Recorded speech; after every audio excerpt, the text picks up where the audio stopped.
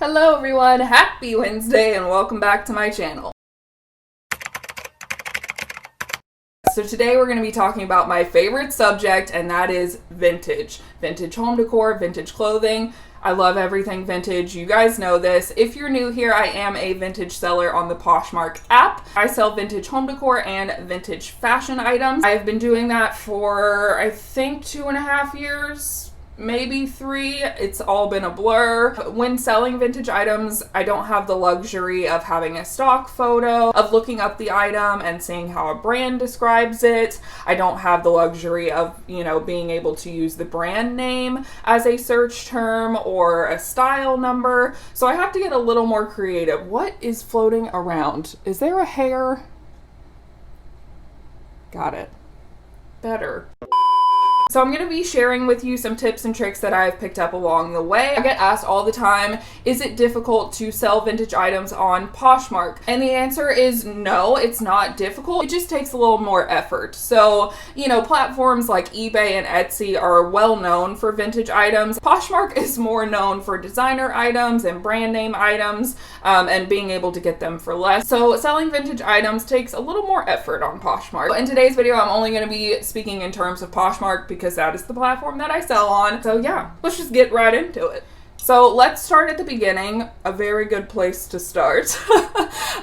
Let's start with title. So normally with any regular modern item, you would typically start with the brand name, like Free People, or I always go to Free People. Let's just stick with Free People. So you would start with Free People, woven tunic with buttons. I don't know. You get the point. So with vintage items, I always start with the word vintage because obviously the brand, unless it's a designer brand, is not going to be recognizable to people in the modern day, and they're not going to be searching that brand name. So again, unless it's designer, just stick with the word vintage. So then when it comes to home decor, I typically do not put the decade that it's from unless it's relevant to searchability or selling the piece. Items from like the 70s or mid-century modern items are very popular for home. So I would include it in situations like that, but 9 times out of 10, not really relevant for searchability on home decor items, but it is more relevant on fashion. For example, 80s, 90s, and early 2000s fashion is very, very in right now. So people are using keywords like 80s, 90s, early 2000s to describe a style that they're looking for. So it is relevant for searchability when it comes to fashion. I'm gonna bring my laptop, my handy dandy laptop over here so I can actually see it. See my little notesy poos. It's so funny because every time I say handy dandy now, I think of Blue's Clues because somebody pointed it out in one of my more recent videos where I said handy dandy, and they were like, oh, you must be a 90s kid or you grew up on Blue's Clues, and now I'm realizing that I did, and I use Blue's Clues terms in my real life now as an adult, apparently.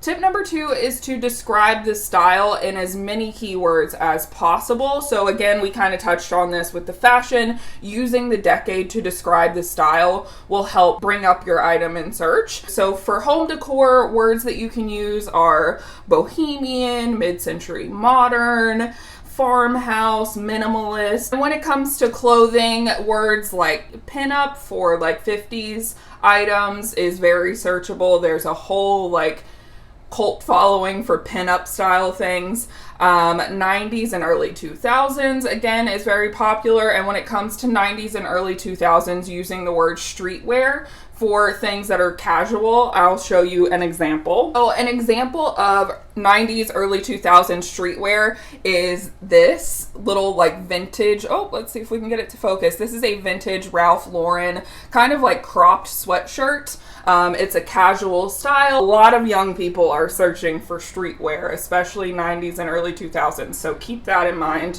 when listing items like that. So some more keywords could be punk or 70s or bohemian. And again, decade is more important for describing clothing items. Tip number 3 kind of stems off of tip number 2, and that is to use as many keywords as possible, even if it seems redundant. Describing an item the same way but in different wording will boost searchability because you never know how somebody interprets that item. And I'll explain. So for example, I had a wall hanging, and in the title I put wall hanging, but in the description I described it as a tapestry as well. Because to me it's a wall hanging, but to somebody else it might be a tapestry, so they're typing in macrame tapestry and they're not going to see my item because I didn't describe it as that. I described it as a wall hanging. So again, even if it seems redundant, using different words that mean the same thing can help boost your item in search.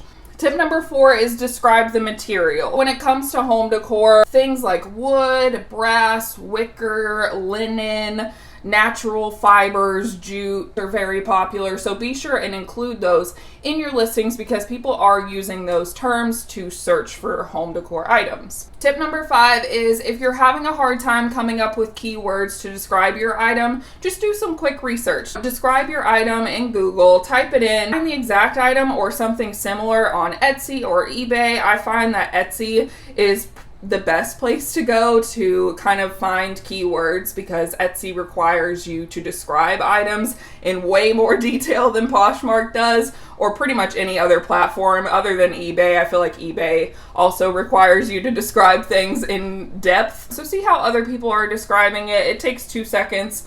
And it can really help get those creative juices flowing to crank out some keywords. So now I want to talk about describing the condition of vintage items. Obviously, vintage items do show signs of wear due to age, and that's totally fine. If you're anything like me, you're a vintage lover. In my mind, wear or, crazing and patina, I love, and it shows the character of an item. To me, that's the point of vintage, and that I feel like most people who are drawn to vintage feel the same way. So it's no big deal that your item shows signs of wear and age. Just be honest about it and make sure that your customer is aware of it. So the way that I do this, just for example, this is from one of my listings. I'll say something like, this item does show signs of wear due to age, or this item has not been polished and has a beautiful patina, or there is some, when it comes to pottery, there is some crazing in the glaze, but no chips or cracks. So that way, your customer is fully aware of the condition of the item and there's no surprises to them.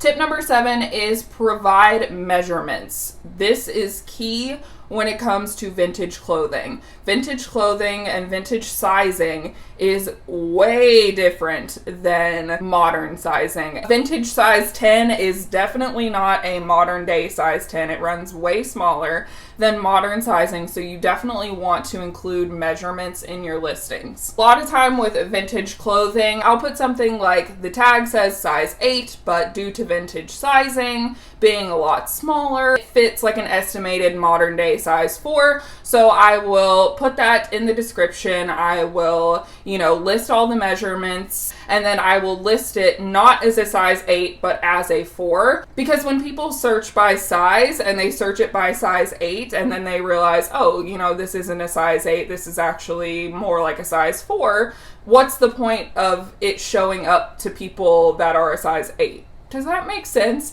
Like, if a dress doesn't fit like a size 6, I'm not going to list it as a size 6, even if the tag says size 6, because there's no point in showing it to someone who is a size 6 because it's not going to fit them. I hope that makes sense. I guess the point is measure your stuff.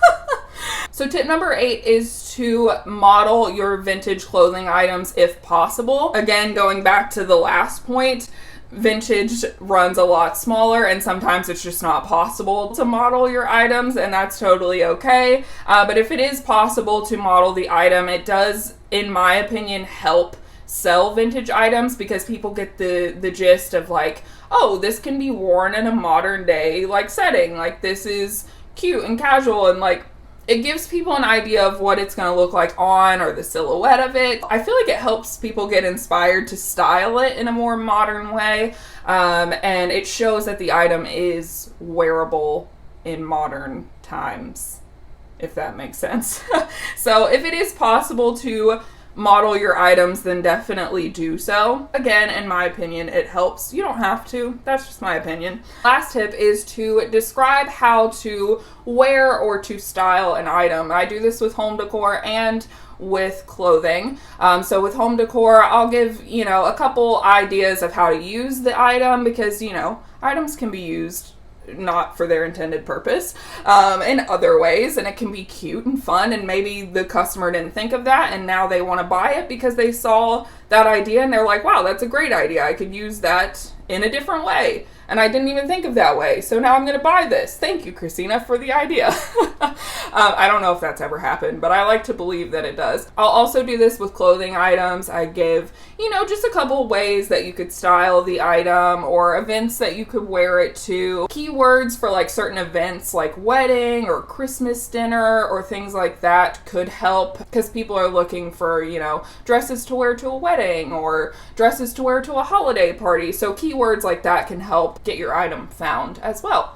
And also, again, it can give your customer, once they've clicked on your item, it gives them, some inspiration and maybe pushes them to buy the item when normally they wouldn't because they didn't think about using it or wearing it in that way. So that's another little tip. Alrighty, so that is it. I hope you guys found these tips and tricks helpful. If you guys have any tips and tricks for listing vintage items, please leave them down below. I always love hearing what you guys do, and you guys inspire me all the time, so please leave those ideas down below so they can help everyone. As you guys know, I like to end all of my videos with an inspirational quote that comes from one of you guys. All you have to do to participate in this is leave an inspirational quote down below, along with your Poshmark closet name, your Etsy shop name, your Instagram handle, whatever you want to promote, leave that down below along with an inspirational quote, and you could be featured in my next video. So today's quote comes from Carla, and she says, "If you're not excited about it, it's not the right path." And that is a quote by Abraham Hicks. You can find Carla on Poshmark at wild_thing66. Thank you so much, Carla, for sharing that amazing quote with us.